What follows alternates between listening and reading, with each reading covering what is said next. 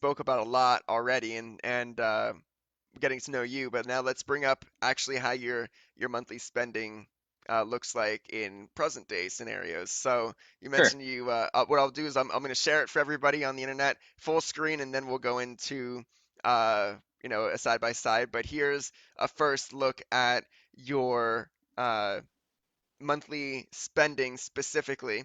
And so as we go into this, maybe walk us through a little bit of these categories and how you're and how you really allocate your money towards it. Sure. I'm gonna take a look at it on my screen here just to get a refresher. Yeah. So yeah, my monthly spending has been different every month, it seems like. So I'm just starting to get back into a routine now and starting to um, work work that through a little bit more than I was before. So this this is kind of May what happened May, and then um, earlier on, like this year, it was a little bit different. So I Right. the complicated situation, just to explain it a little bit, is I moved out to California August 2019, and then I was working out here for a few months, and then the pandemic hit, Mm, and we all went remote following that.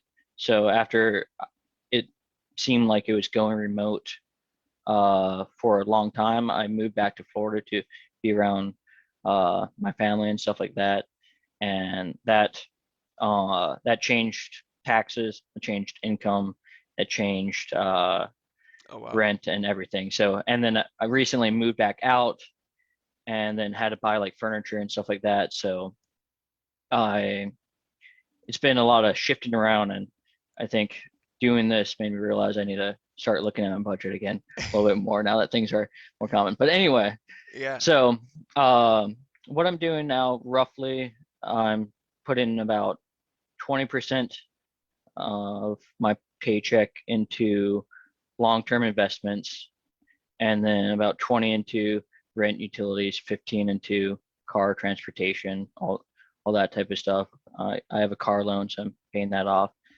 slowly but surely. And then personal miscellaneous, that's kind of my grab bag. That's a lot larger than should be with a good budgeting system going, but that has like random expenses. Like I've been having back problems, so going to get a massage, get that worked out a little bit, going to the doctor, birthdays, some donations, stuff like that. And then I got the rest, 13% savings, try to have like 5% into travel, just fun stuff, maybe going out.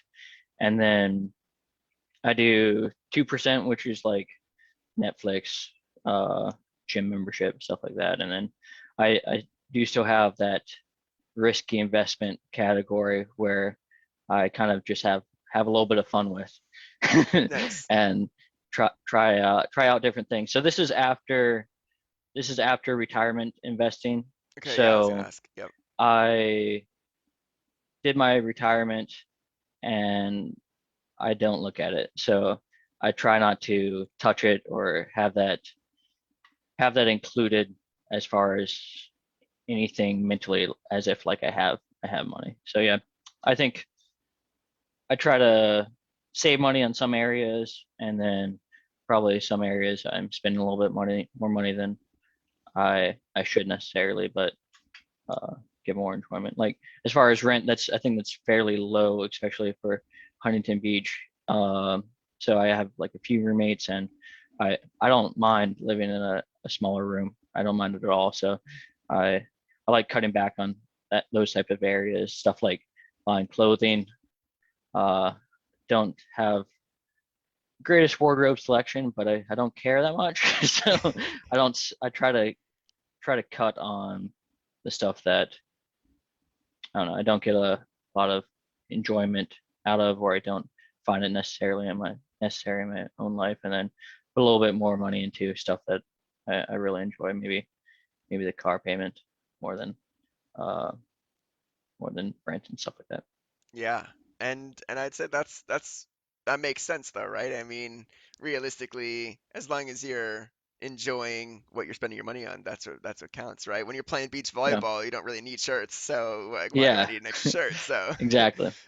I'm sure in Southern California it does get somewhat cold relative to Florida, but um, Yeah. Yeah. I shirts mean, might be I somewhat have necessary. clothes.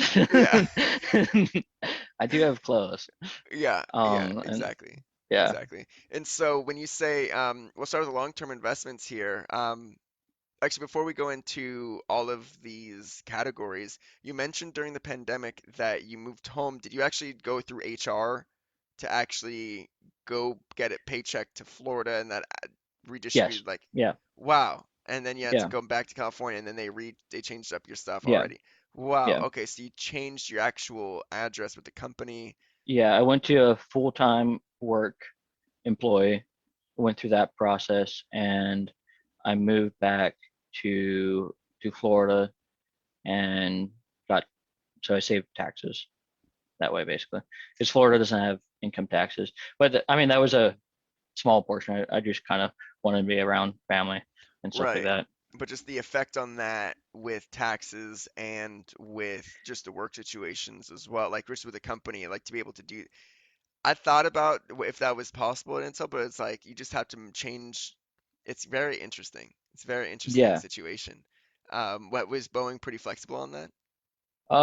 Yeah, they were pretty flexible. And when I you mean, made, yeah, what were you gonna go say? ahead. You said I so. mean, Yeah.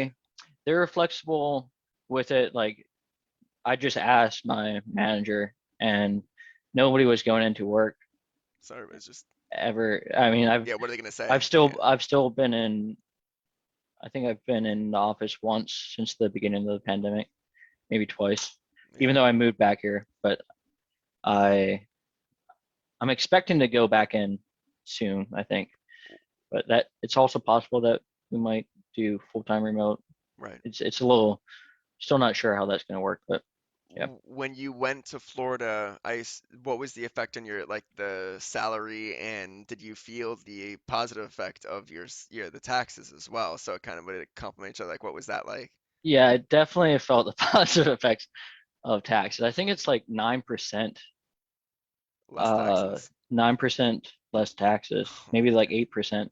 So it was a significant increase, and that's something I feel like you don't think about that often. You think about cost of living. There's definitely cost of living changes too, differences, Hmm. and everybody talks about that. But California, I think the highest tax rate in the country.